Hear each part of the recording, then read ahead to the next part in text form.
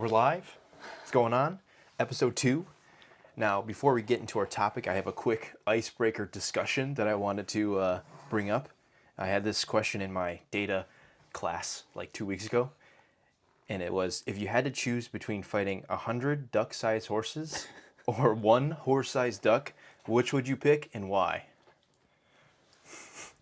100 100 duck-sized horses or one horse-sized duck. I don't know, like, does the ducks have any, like, talon or claw on their... They're just ducks. No, but, like... No, I don't. A They're just duck, like. do they have, like, Imagine nails? like no, I don't think so. It's just like an think Aflac duck. I think I'd take the horse-sized duck, because it's gonna be big, but it's gonna have a very long, very thin neck still, so I feel like you could just get on it and snap See, its my neck. question for this is like, is this duck's sole reason to try and kill you? So it's like, because ducks can fly. So if you imagine a duck-sized horse that can fly and is trying to fuck you up, I don't I don't know though, because 100 duck-sized horses would be like, is it scary as well. Like, you fight it once, whoever loses walks, and you never fight again. Yeah, it's just to the death. It's just...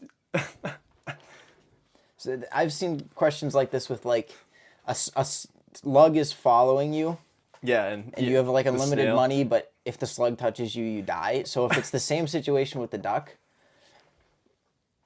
It's just, I don't know, I it's mean, not if it because- touches you, it's just if you... because a duck-sized horse could cover a lot of ground too. 100 of them, like, you could be Yeah. sleeping and they stampede you. I mean, a duck is still this big. Yeah. It's the size of a small dog.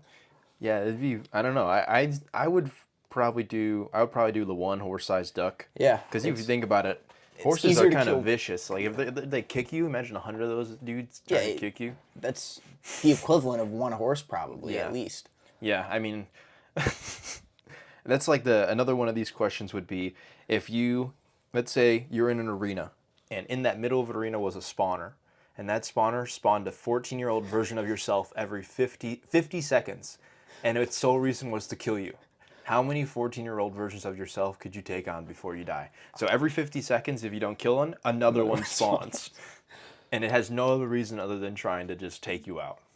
I feel like I could get through at least 40, 50. Yeah, I'm trying to think of where was it. You could probably kill like 200. 14-year-old you were, what, 160 pounds Yeah, at most? probably. I don't know. I don't know. 100 maybe, for sure. There's no breaks, though. You know, you definitely get tired. It just really depends on if you can one-shot your 14-year-old self. Just one punch to the temple, they're dead. Alrighty. You probably just kick them in the head. Yeah, probably. I mean, yeah, I would get tired, but I would have 50 seconds rest. All right, so moving on. So our topic today is more about how your thoughts and your unfulfilled habits control you. So like your mind and stuff. So my initial question to you is, what is something that you've been wanting to do, whether it's a hobby, job, or activity, but you haven't started this? That there's a big list there. The first one that comes to mind. First one that comes to mind is going back to the gym, and I'm breaking that habit of not going, starting either Sunday or Monday. Gotcha. So then, relating to that, why do you think you haven't started this the going to the gym? Because I keep telling myself that I have I had more important things to do, and I'm gonna get back to it soon, and I'm not taking the action. I'm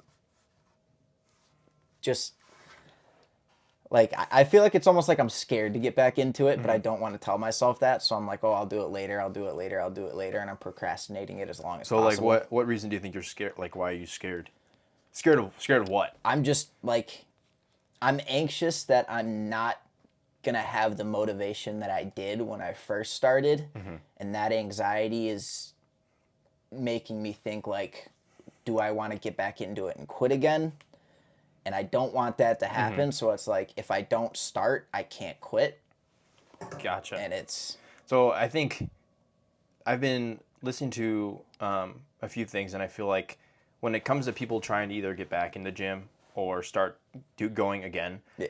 I remember last podcast you said that you were going to go every day and whatever, just go every day. And I think that might be not the greatest route because for example, I relate this to New Year's resolutions because people they go in every day, they work their ass off, but they're sore as hell every single day. They push themselves to the limit, and they're like, well, after 2 weeks, I feel like crap. My body's sore. I don't feel like getting up and going. Yeah, I don't see a difference. Yeah, so I don't see a difference in myself, and that's when I think it really comes to like you need to put. I don't remember if I said this last podcast, but put that floor, The basement, or like you do minimum once a week. Let's say you're just getting back into it. Do once a week. Move a little bit extra throughout the week so you're not pushing yourself. Yeah. And then eventually, once you build the discipline, once you go more and you realize like, oh, I do enjoy this and I do want to be here, that's when you can add more volume. Yeah, and I think a lot of my problem is I know I enjoy it, and I do want to get back into it heavy, but it has been a year and a half to 2 years since I've really been really consistent in the gym. Yeah. And when I first started, which led into me being really consistent for a while, was going twice a week, 3 times a week. I'd go to Lifetime with you. I'd make new accounts with different emails so I could get a guest pass twice a week for like 2 months. Don't do that. Don't do that. We didn't do that, actually. I didn't. We never did that. But that's going that once, twice a week, turned it into 3 or 4 times a week, and then it turned it into 5 days a week. Yeah. And that's... I think you really just have to find that like end goal, like why are you going? If you're just going just because like, oh, I want to go, it's going to eventually break. You're not going to have that motivation. What's going to make you you need get to up set off reasonable, real goals. Like, yeah.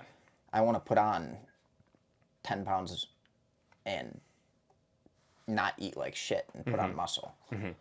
That's my one thing is like, yeah, I've been really focused on being super optimal and working out as like a bodybuilder. Yeah. But I feel like crap all the time. Like I never stretched. This is before. Like I stretch a lot more now. Once I started wanting to getting to like Muay Thai, I had to stretch my hips. I had to stretch out. I remember when you started stretching. Yeah, and it's like I feel so much better. And one of the things that I wanted to make a video about before was like I always felt that I didn't want to gain weight because I felt like crap when I was at a higher weight. But now that I'm getting back up there, like 213, 215, and I'm stretching more, doing more athletic work, I feel better even at a higher weight. So I definitely think when it comes to, making your body feel better, stretching and stuff makes a huge difference.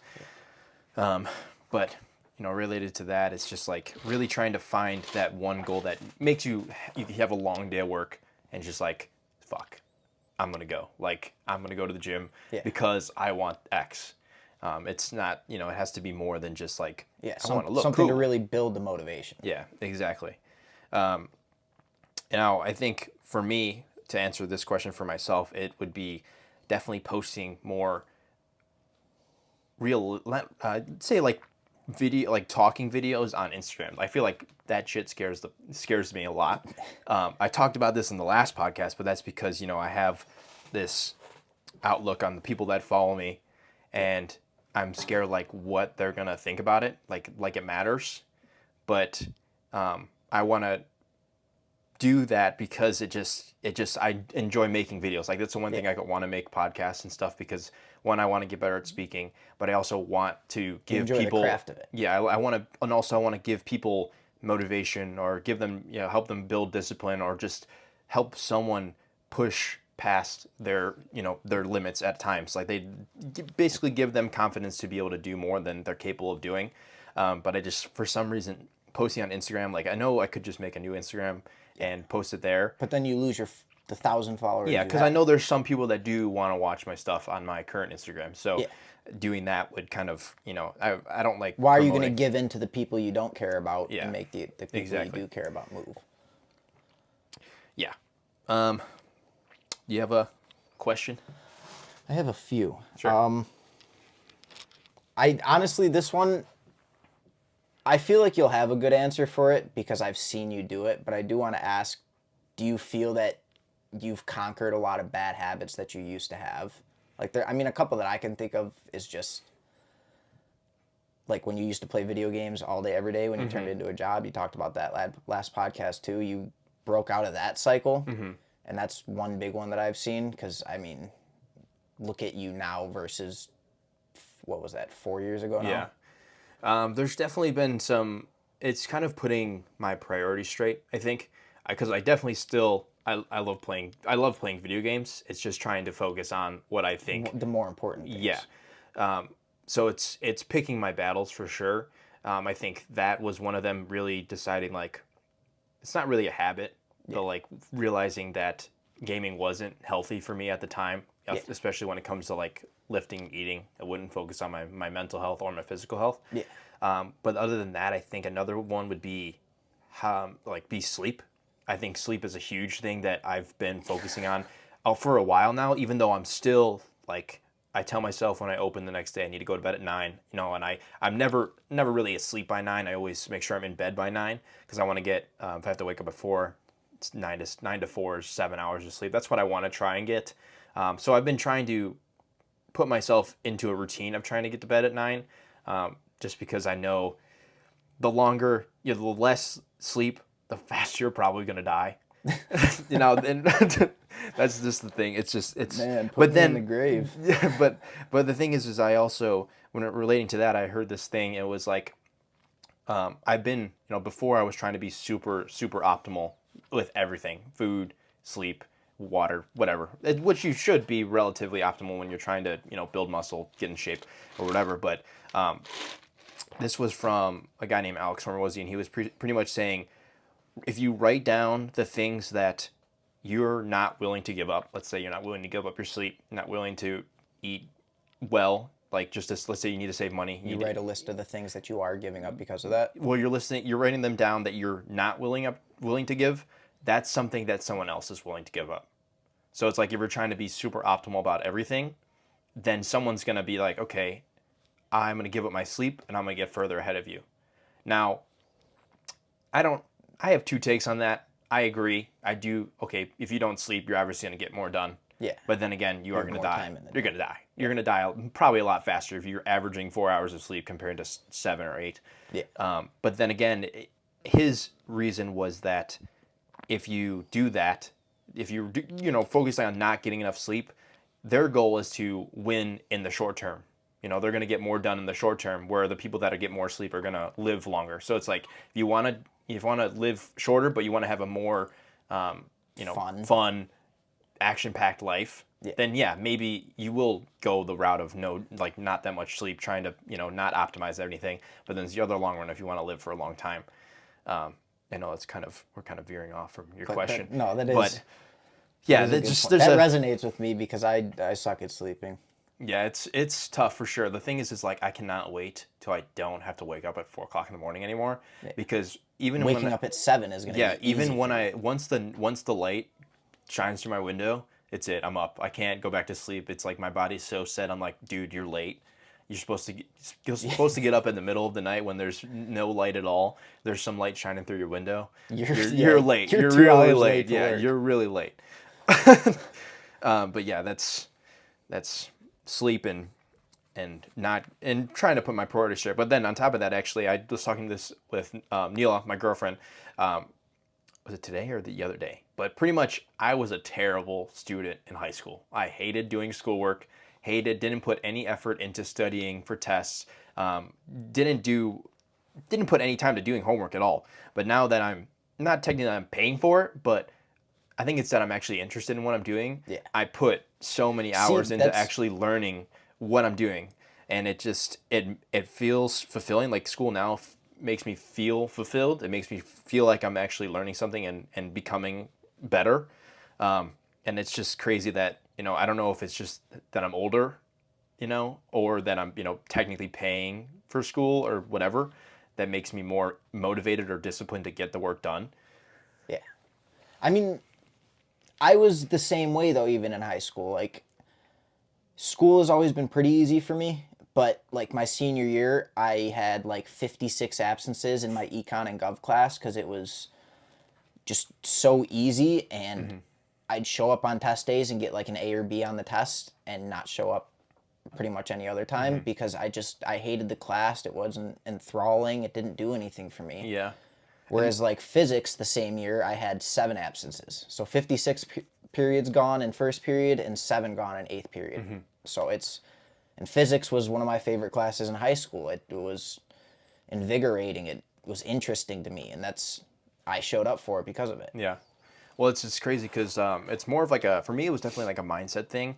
Obviously, I didn't like want to do school, but I think I'm more disciplined and more motivated to perform and do better in school now. Because you see the benefits. Yeah, but it's funny because I showed Neela a video from an anime earlier, and like, dude, I told her if I had anime in high school, and like I listened to all these like motivational, like push past your limits, Yeah. type of stuff, I would have been such a different person. It's so dumb to say, but like some of this stuff actually makes me such a better person and like realizes I need to either better myself or I can do more than I'm capable of or thought I was capable of. Yeah.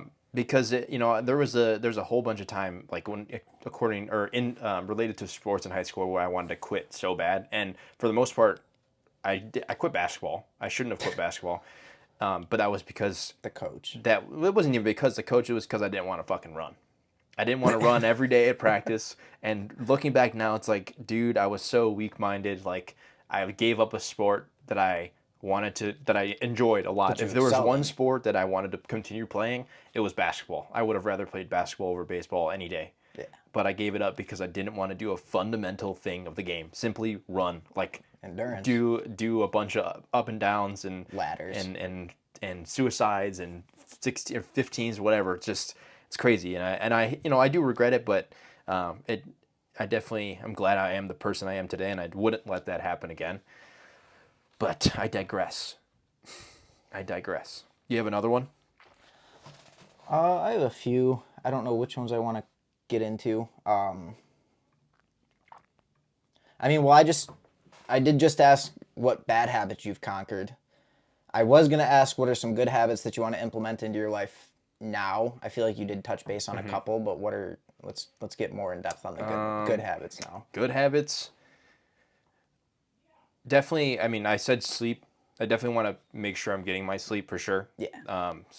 Obviously, like I'm working on that for sure. I definitely want to read more, and I definitely want to journal more because I definitely want to become. Those are two things that kind of go hand in hand with becoming a better communicator. Is being able to read, like comprehend really well, be able to write something write really well. I've always been pretty terrible at writing, no matter what, and like formatting of writing has been very bad for me. So that's something I want to start, like a good habit that I want to start building. What else? There was another one that I had on my mind. I forgot it. Put on 16 pounds of lean muscle every day. That's not a habit. I mean, that would be something. But habit wise, read, write. I mean, arithmetic. I know you mentioned before we started recording meditating. I think meditating would be something really cool. Honestly, that is a habit that I do want to start more. I think my friend Leo, I mentioned him in the last podcast. He is very spiritual and he preaches meditation. And I've done it. Like, I've been talking to him about just like bad shit that's happened, and he's like, sit down, meditate, get it out of your mind. Meditate for half an hour with some like calming sounds, and it can really bring you to a state of like peace of mind that you never thought possible. Yeah, it's like being comfortable with yourself and in silence. And it gives you so much clarity. That's part of the reason, like I literally said it right before the podcast too. He was asking me about whether or not we should have background music going, because it's really quiet in here right now. And I was like, you know what, like, I think it's fine. I'd rather have silence than random sounds that we found right before playing for the whole podcast, because I drive without music sometimes. Sometimes my 40-minute drive to work, I won't listen to music, and it's not like textbook how you'd think of meditating, feet crossed like this, but like it's still a form of it, because you just like, you almost get rid of the bad thoughts and bring in the good ones. Yeah. Like, you learn to combat the bad thoughts when you sit alone with yourself with no other distractions. And I want to take more time to just sit and do it, so I'm not also focused on driving. But I mean, I do it a lot in that aspect. But it does really help a lot. And it was another thing that I actually wanted to, when I listen to like other podcasts.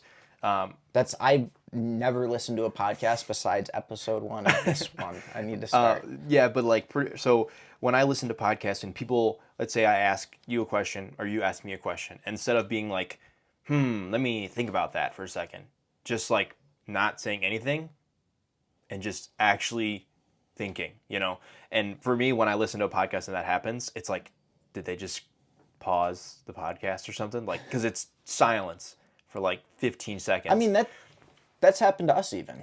That happened in the first 10 minutes of the first podcast. I had to sit and actually think about what I was going to say. And it's just like, I think that's something I also want to do is just, get rid of the filler words when I speak too. That's like, yeah, 1 second. Yeah, stuff like that where, they just don't fit in. Yeah, they don't matter. They don't mean anything. The silence is better. They know you're thinking. Yeah. And there was I forget, there was a podcast where there was actually like a science between filler words where like, if you were to say, that was like, you were going to do a quick response. If you said, it's a more deeper thought that you're trying to figure out. And it's it's a longer response that you're trying to think about. I just did it right there because I said, but yeah, I didn't like, I think it was like a linguist or something that studies that stuff. I don't exactly know. Yeah. And that's what she was talking about in the podcast. And I never really thought about that, but it's so true. You hear someone say, and it's like, they're really thinking about it. Back right it's like, it's crazy. But yeah, definitely those are what I'm going to try and, figure out. I want to say that I don't use them all the time, but I feel like I do now that I think about it. Well, at least sometimes. I think I really don't think and is that terrible. But saying like, give me a second, hold on. I don't even think that's bad. I think it comes to like when someone says like a bunch of times. Like I saw this video. I saw this video of this girl that said like probably 50 times trying to come up with 2 sentences. And that's when it gets annoying. And they sound unintellectual. You can tell they don't know what they're talking about, or they don't know how to formulate a sentence or whatever. Yeah. And I definitely catch myself doing that too. Yeah, like I suck at articulation sometimes. But then I think when it comes to really talking about something, I think you have to fully understand it. Yeah. When you say like or whatever, unless you really have to, someone asks you a question, you have to think about it. If you're trying to formulate an answer you don't really understand, it's obviously going to be much harder to come up with something. And I see that sometimes when, for example, if at work and go ahead. All right.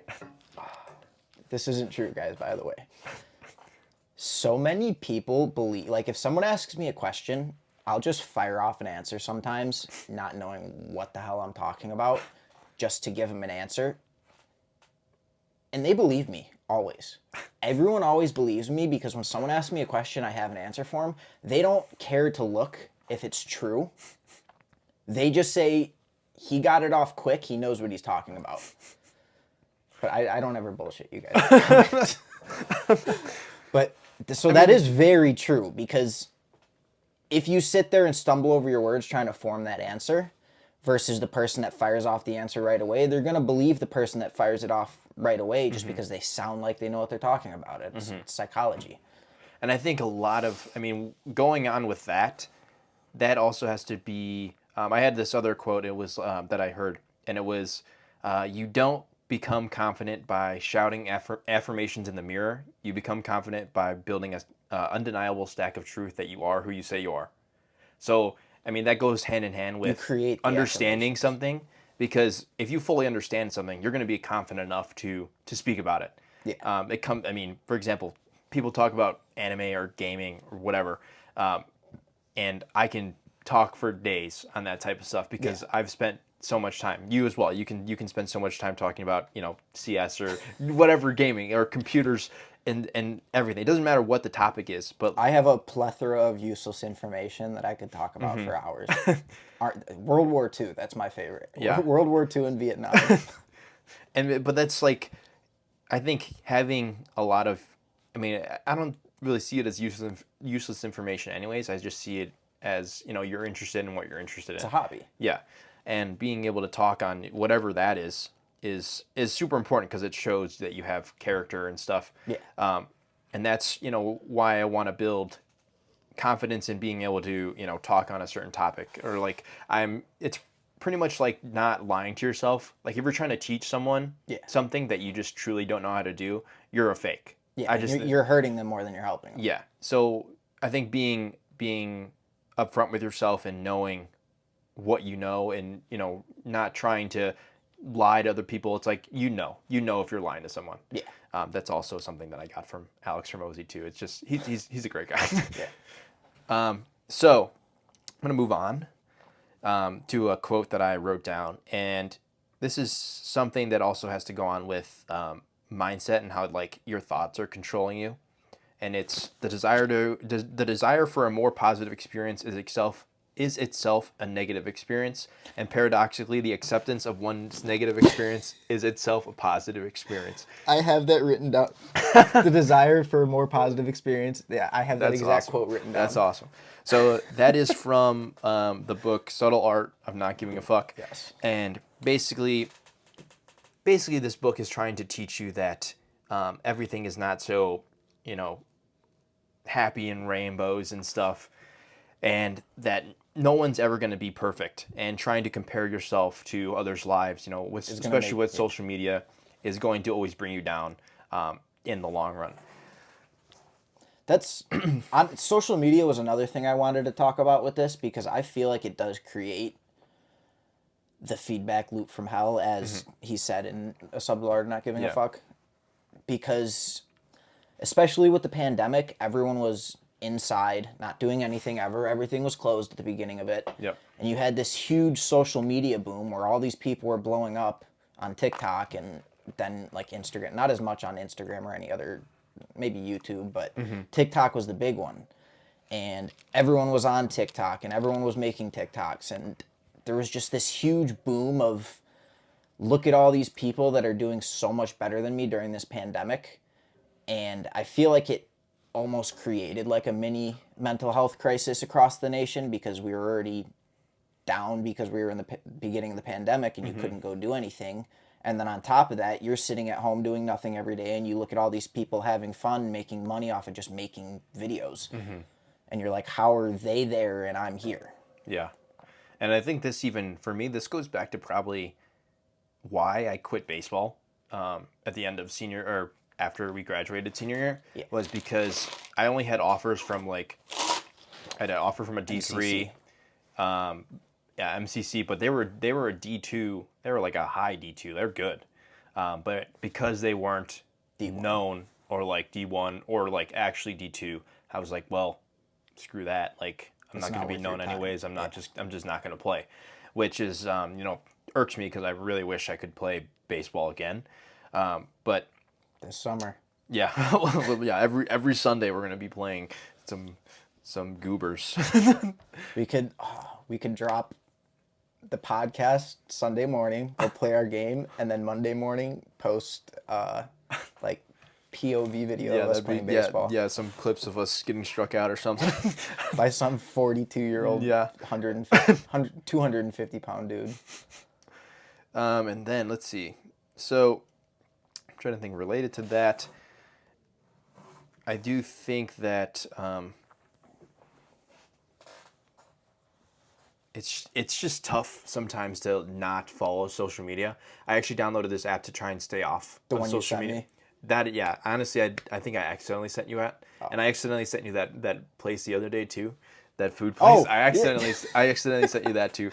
But it's called Opal, and it's pretty much you set specific times on your, puts you in, like, it locks certain apps. So like if let's say you have a work day 9 to 5, it locks those apps for that whole time that you're there. All your social media apps. Yeah, and you I can only think use starting phone to and text. starting to get out of that feedback loop of hell and just comparing yourself to others, I think does come with less social media consumption. But it's tough since we are posting a podcast now. Yeah. And it's just really trying to be comfortable with where you are right now and just trying to better yourself each and every day. Yeah, instead of scrolling through social media on your breaks, you can do something productive. Yeah, and I mean, for example, like read. I like trying to read. Reading's fun, when you actually find something that's interesting. Shout out Jack for buying a book. Yep. After Shout our out last Jack. podcast. Shout out Jack for buying a book. Shout out Cam for watching it twice, and shout out Kyle for going to the gym because of the podcast. Do you have another topic or a question that you had? I have quite a few. Let's see where we want to take this, though.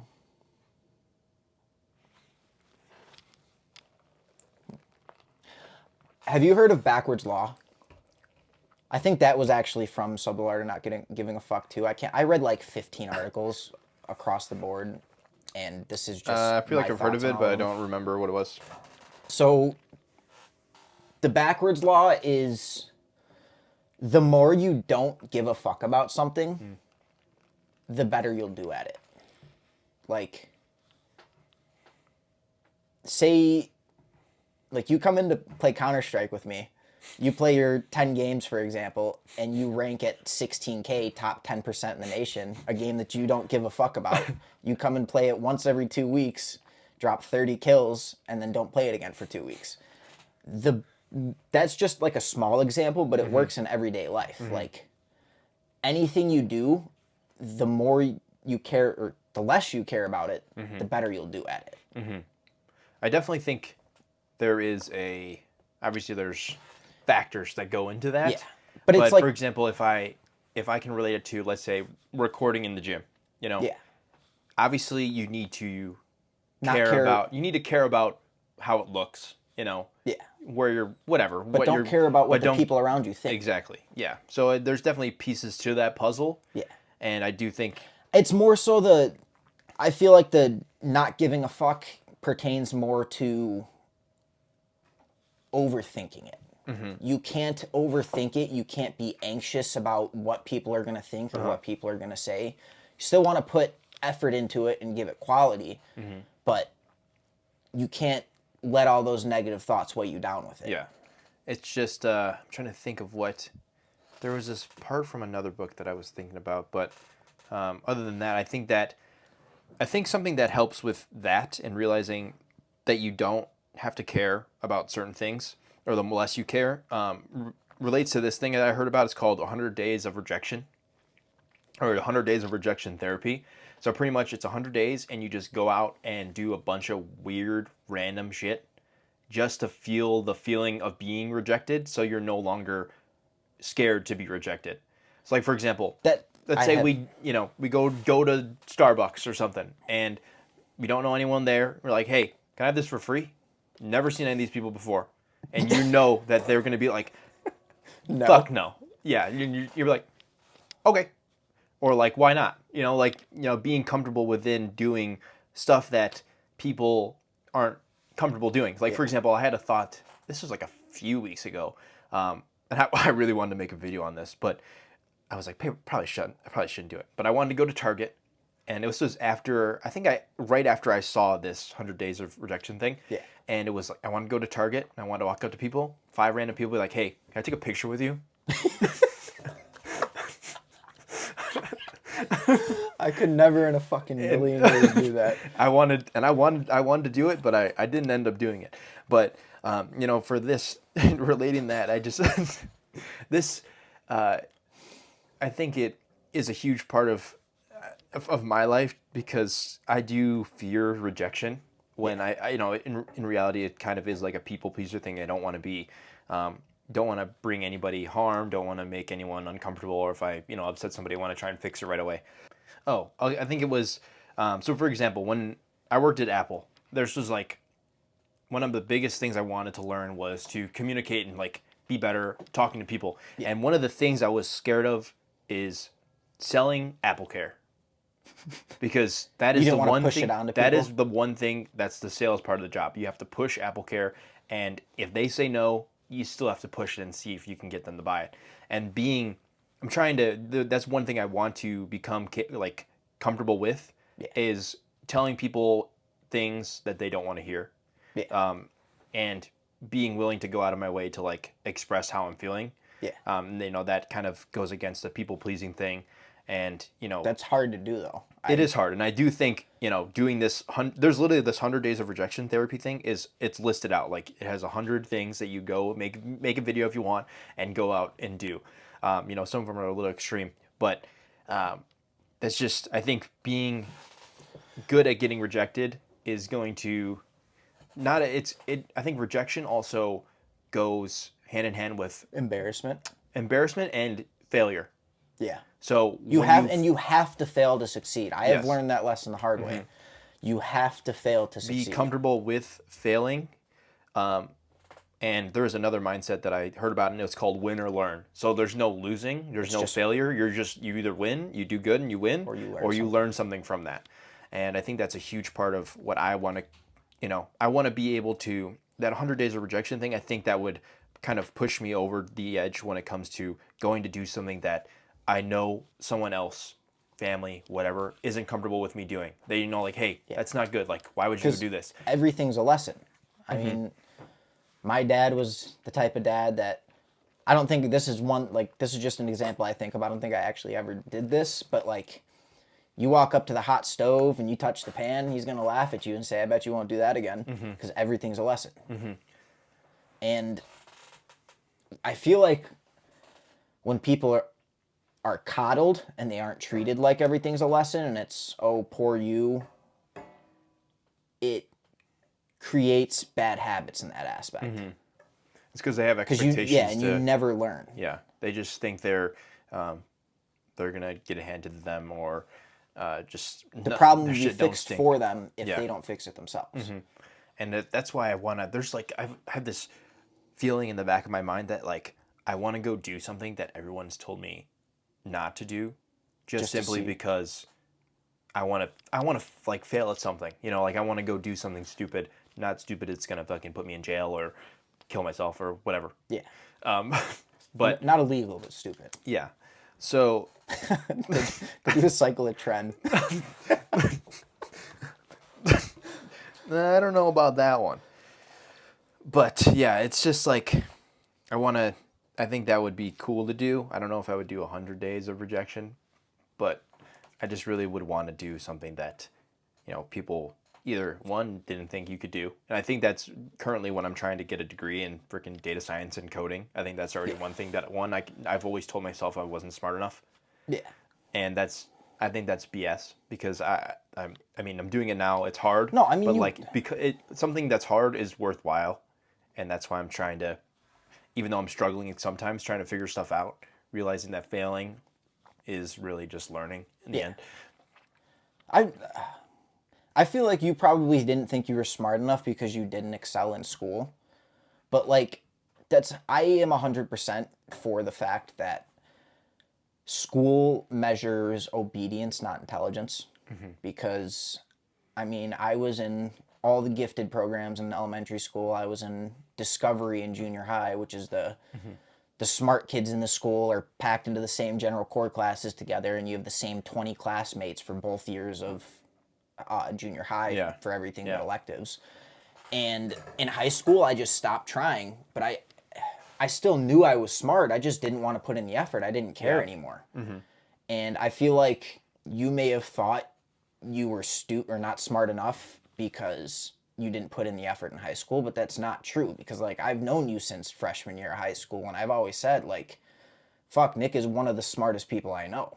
Like, because you're not stupid, and look at the way you absorb things, like how you're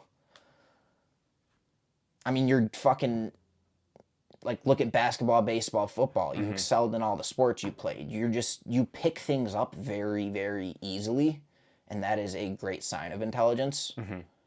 So I feel like you can't think you're not smart enough because you're not measuring your intelligence the right way. I do think that this school does put you in like for example, and there's definitely been times at school now where I feel stupid because I can't figure something out. But like for example, this Java class I'm taking, it's like a expedited class where it's like it's supposed to be 16 weeks and it's put down to like 7. So, for example, my first weeks of homework when I was working both jobs, 50 hours, whatever. Was this the week that you're like, this is due at midnight? Yes. And I'm not going to get it done? So it was, for this class, you have to do reading activities. And in each reading activity, there's like minimum 10 either participation or challenge activities where you have to answer multiple choice questions or write a code. Or write code. So for the first week, there was 4 reading activities, probably minimum 10 to 15 sections per one. Individual assignments, which is there's probably 6 for each reading activity, and then a lab for every single one. 4 of them. And I'm like, dude, I was so excited to go and do this coding class and to learn, and then it just puts me on my ass. Yeah. And then I'm like, dude, like, how do they expect you to? They're like, oh, this class is going to be super hard. It's like, no shit. You're putting two and a half weeks of work into 1 week. In 5 days. Like his class started on like a Tuesday. And, that I do think that discourages people for sure. And it's just really trying to, learning from, like, for example, realistically, if you're going to, let's say one day you wake up in your house and you walk out of your room and there's a button. And you step on that button, you get hit in the face. Like it's something punches you in the face. Okay, the next day you wake up, that button's still there. You walk around. If you step on it again, it means you have a slow rate of learning, which means you're also stupid because you have low intelligence. So it's like realizing, okay, I didn't get it done this week, so I have to change what I did. Yeah. And if you don't change what you did previously, you're obviously either Albert Einstein said it best. Doing the same thing over and over again and expecting different results is the definition of insanity. Mm-hmm. And also the definition of stupidity, I feel. Definitely. I think they'd probably go hand in hand, but... Yeah. Do you have any other questions? Let's see.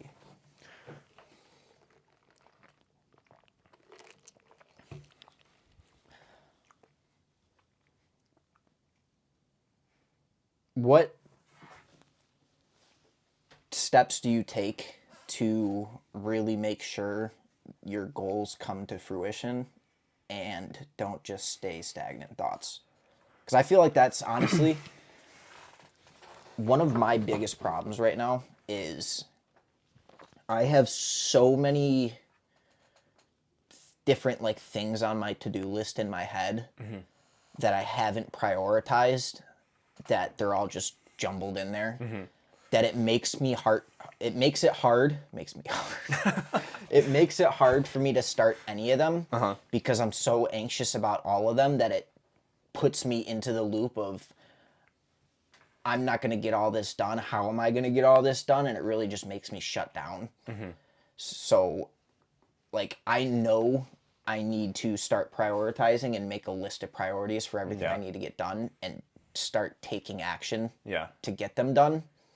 So what steps do you take to make sure that they don't just stay in your head as stagnant thoughts and you prioritize them, start putting the words to action? Well, I want to use like something I've heard from somebody else, and it definitely has helped me too. Pretty much it's like write down everything that you want to do. Literally write it down. Take the top 5 things and then cross out everything else. And those are the 5 things you're going to focus on. And put as much time and effort as you can into getting those specific things done. And I think that is because I also have so many, like, I feel like I have so many ideas like I wanted to do. Like, for example, I wanted to start doing some sort of fighting. And then I got the job at Apple and I was already working at Starbucks and I wanted to do school. And it's like I have all these things in my head and the gym, personal life, wanting to make gym videos, thinking I wanted to make gym videos. That's already like 6 or 7 things that I wanted to do. But I think really putting into perspective, like, do you like really want to do this certain thing? And is it more important than these other things? Exactly. So obviously like health is very important. But then for me, when it came to school, it's like I had to, there's no way I was going to be able to work 50 hours a week and get all 3 classes done at the same time. Yeah. So it's really just trying to figure out what you want to focus on first and realize that time isn't going to be, that struggle that you're going through isn't going to be forever. It's only going to be through a certain period of time. Like, yes, maybe this next 6 months, getting through school, going through training or whatever is going to suck. But realizing that you're going to be better on the other side is kind of like Makes what it worth it. puts me makes think me about have the end discipline goal. and have motivation. Because like honestly, it's felt like I've been stagnant with school for the longest time, but now seeing that I'll probably graduate next year is crazy, and it's Because you finally see the finish line. yeah, and it's really, but on the other hand, it's also trying to really focus on what's going on around you, trying to focus on what's going to happen in the future is just going to keep you wanting more, and it's going to put you back in that feedback loop from hell, trying to think of like, oh, it's going to be so much better when I get into this, get this job or whatever. It's trying to just realize that being present and just going and doing something because you want to do it is okay. Yeah. And going back to the win or learn thing, if it doesn't work out, it doesn't work out. You tried. You have a cool story to tell at a party. Yeah, you have a lesson. I have I have a lot of cool stories to tell at parties. Yeah, it really is just figuring out what you want to do, prioritize them, and make sure the reasons that you want to do them are genuine and aren't, they're genuine like actually for yourself and they're not for somebody else. Yeah, you're not doing things for other people's benefit. Yeah, I think it's definitely tough because there's so many things that I wanted to do, but you do have to really pick and choose. Yeah. What? Because I feel like part of it is the fact that I'm almost positive I have undiagnosed ADHD, but it's just, I do really feel that I am stuck in so many negative feedback loops, and I've created a lot of bad habits that it's like I have all of these bad habits. I'm never going to break them all because there's too many of them. And I need to just start breaking them one by one and taking action on the more important ones. And then Yeah. See, one thing that has helped me with breaking, for example, it's not that it's a bad habit that playing video games was a bad habit. Yeah. But for example, I used to hate doing homework here in my room. Like I can do homework now with my laptop and stuff, but it was simply because the environment that I was in, gaming environment. I spent so much time in that environment, playing games, streaming, whatever, that's all I feel like doing. So when I'm doing homework on my PC, it's like, oh, Discord notification. He wants to play CS. Yeah. Oh, screw this. I'll just do this later. So it's really changing your environment. That's why I started to do homework more outside of the house, going to Starbucks. Yeah. Or honestly, I completely, my computer is not even, it's not even plugged in. So, Oh, yeah. and it's not even plugged in. And it's just like changing your environment will help you change your habits, because if you're so used to doing certain things in one certain place, like for example, I think there was this, there was a podcast that I heard, and it was, I don't remember like the statistics, but it was people came back from war or something, and they were like major like heroin addicts or something. I think Vietnam. Yeah. Everyone and that they came came with- back, and they all stopped because their environment completely changed. Yeah. And then, for example, and then there was another one where, let's just say somebody went in for addiction. They got help, and then they went back to the same exact environment that they were in previously, that they were in with an jumped right addiction, back into and they the did the addiction. same thing Yeah. because that environment that they were in continued to push them and made them think like, oh, I did this before here, so I might as well keep doing it again. So I think environment's a huge aspect And when on it the comes other to side breaking of that, habits. if they beat it once, they have that mindset that they can break the habit again, so why does it matter? Yeah, exactly. So that's why I really, a big thing when it came to habits for me was changing my environment. Yeah. And even changing like gyms. Like when I went to Crunch, I was kind of like, it's kind of over it. And then even changing it to Lifetime it makes you like, just changing your environment, like seeing new people, seeing different machines and stuff, definitely keeps you a little bit more motivated. Not that I've changed gyms in 2.5 years now, but No, I mean, I felt like part of the reason I was so motivated to go to the gym was having the Lifetime membership, because Lifetime is nice. It's just so expensive for one Extremely. person. Yep. I was spending $90 a month. Yep. Yeah, it's tough. Yeah. Thank you, family plan.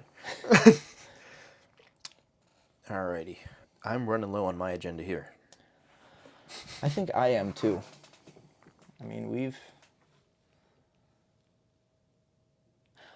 one other thing I did want to say though was, you always hear the quote, "You can make or break a habit in 21 days." Mm-hmm. Do you think you've made or broken habits in 21 days, or do you think it takes longer than that in your personal experience? Trying to think of a habit that I've broken. Because honestly, for me, I feel like it takes longer than that to really form a habit. Like, I feel like I couldn't truly make something habitual until I'd done it for at least 2 months.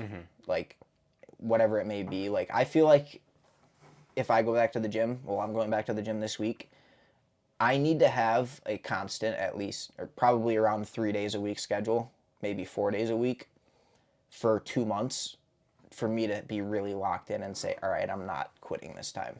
Yeah. When it comes to, I'm trying to think, I don't know what habits that I've broken other than like forcing myself to get sleep. Like, yeah, I was like, how long did it take you to make it easier to wake up at 4 a.m.? How long were you opening for? It definitely was a couple months for sure to before like you just were get comfortable. used to. The thing is I still wake up. I think just no one. I don't care what people say. I don't think waking up at 4 a.m. is healthy for anybody. Doesn't matter. Yeah. Like, You're supposed to align with the sunlight. I get 6 hours of sleep some night, and I don't open the next day, and I feel so much more awake, so much more alert than I do if I get 7 hours of sleep and I wake up at 4. Yeah. So I think it really depends on definitely what it is. But overall, I think just trying to be consistent with it is the most important thing. Yeah. I actually have a quote on here related to consistency, and it's consistency isn't going to guarantee you'll be successful, but not being consistent will guarantee you won't succeed. That is a really good quote. So I think going into everything knowing that you need to be consistent is going to be a better route than trying to optimize all your environments to be able to, focus on trying to do that thing. Did we talk about luck? Was it me and you that had that conversation? I don't think so. Where, that might have been me and Leo too.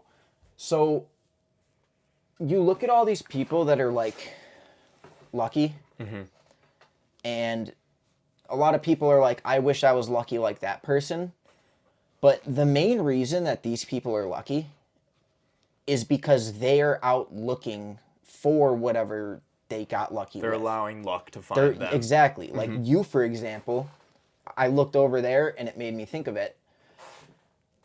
All your Pokemon cards, your Charizards, and Yeah.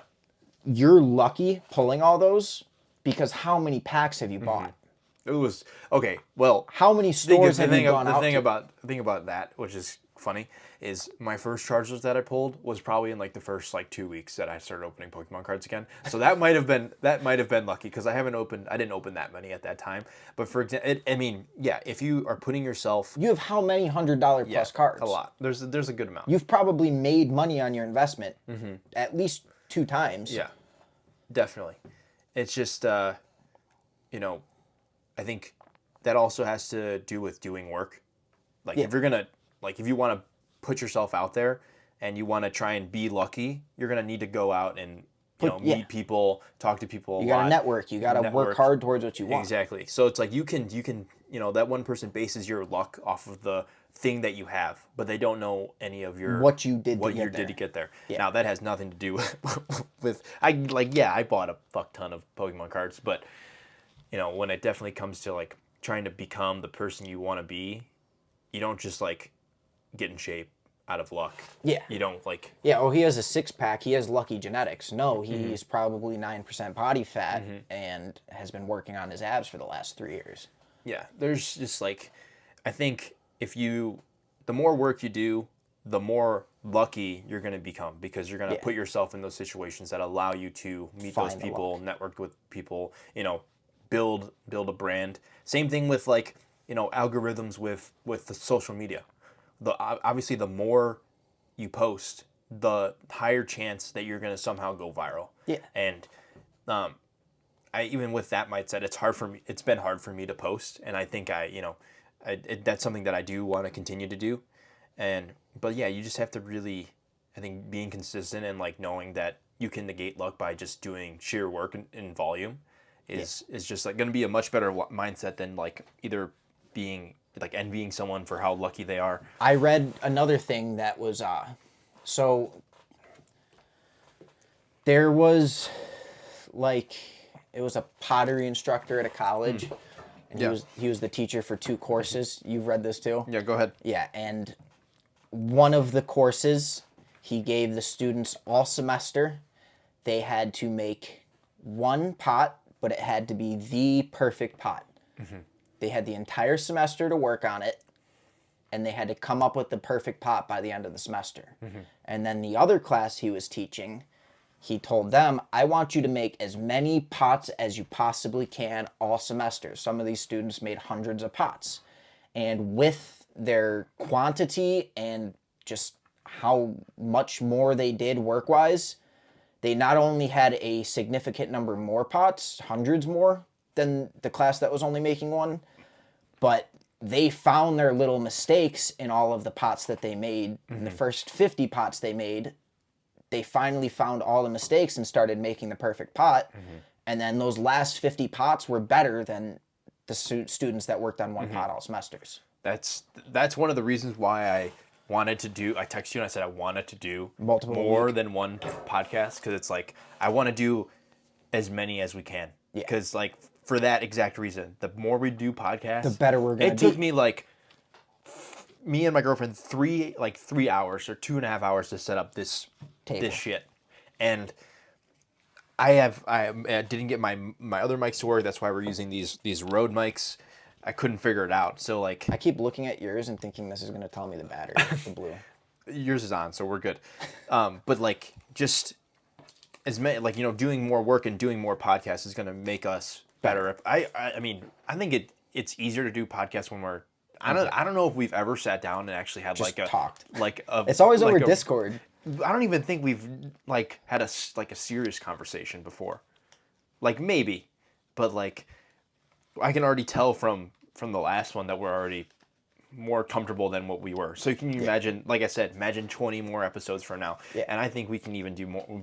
In 20 weeks, I think we could have more 40 episodes almost. So it's like, that's why I want to continue to do more of everything. It doesn't have to be more of just I mean, this. like, today was, you've seen me looking at my little page of notes here. This is probably the first time that I haven't just gone into anything I'm doing with no preparation, just blind, just so that's fuck it, I'm gonna do it. I think that's sweet though, because like I also, for example, I heard another thing, and it was like doing 20 minutes of preparation is going to make you perform so much better than if you were to just walk in and do none.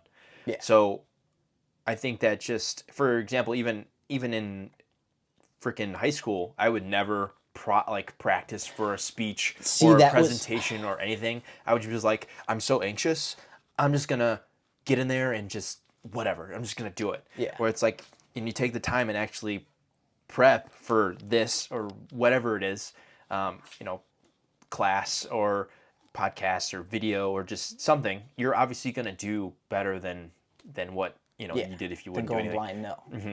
I mean, I was like, see, that was a big problem for me in high school because, like, growing up, studying was non-existent for me. I didn't understand the concept of studying when I hit high school because I didn't have to study.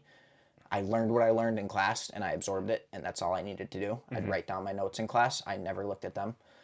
And once I hit high school, you couldn't do that as much anymore, so I learned to study a little bit, but I never fully grasped the concept of it. And because I mean, it was still a lot of my classes I could just wing it in. Yeah. But once you hit everyday life and you encounter problems that you haven't encountered before and you don't have someone to teach you those things, you can't do that anymore. Especially with, I mean, for online school, you have to teach, technically, you have Everything. to teach yourself everything. Yeah. And that's the one thing with coding for sure, is you really need to do iteration every single day. Like, you need to do a work every single day to really, it's not even like, looking at studying as just, people say like, oh, you're really good at memorizing stuff. But like, just doing sheer studying will help you memorize it. More, yeah. Like, the more you do something, the more you're going to retain it. And I think that's something I want to, I'm trying to continue to do. Whatever I want to try and retain, I need to do it more and more. Yeah. And for example, I want to get, with that pottery example, I want to get better at like taking pictures and taking videos. So I want to take more videos, take more pictures. Yeah. Post more on social media. I want to become a better editor. That's why I'm actually excited to like edit our podcast and stuff. Yeah. Doing this helps with like so many different things. Yeah, because it gives you the drive to say, all right, well, we're successful with this so far. Why don't I jump into the next boat and try something else? It's crazy though, because like I haven't felt excited to make a video or anything in like so long, and we made that one the other day. It wasn't even like we made a video; it was just us talking. Yeah, you and were it was like so. Fuck it, we're doing it tonight. Yeah, I was like so nervous. Yeah, I was so nervous too, and just doing it and like realizing how it felt. It felt beneficial. It felt like It felt good. It felt natural. Yeah, and knowing that we're also improving ourselves at the same time. Yeah. Everyone else. Yeah, trying to do it. I don't know, trying to make you better by listening to us and learning from our mistakes as well. Yeah. And I think that's cool about podcasts. We're not any scientists or we're not anybody special. We're just trying to give you tips from our experience in life and stuff. So it's cool, and I'm excited to continue to do this and get better. Like, this is just like this setup is so goofy. Like, it's good, and it's a good start. Not this is not goofy, but this makeshift table in the middle of my room with two Rode mics and my phone on the freaking tripod. But we got a ring light though. We do got a ring light. It makes us look pretty sweet. We got cinematic on my phone. I mean, it's a pretty good setup, I would say. It's not. Alrighty. You got anything else? Not that I could think of. I think we've touched all the bases. Yeah, I think we're good for today. Appreciate you guys watching. We're gonna I want to try and get more than one episode out. So probably not this week, but maybe starting next week we'll try and get 2 out. But I'm gonna edit this video, and then we'll get it posted by Sunday. I mean, you guys probably won't hear me say that. I'll probably take that out, but take it easy, guys. Thanks for watching. Innate Domain Podcast. Later.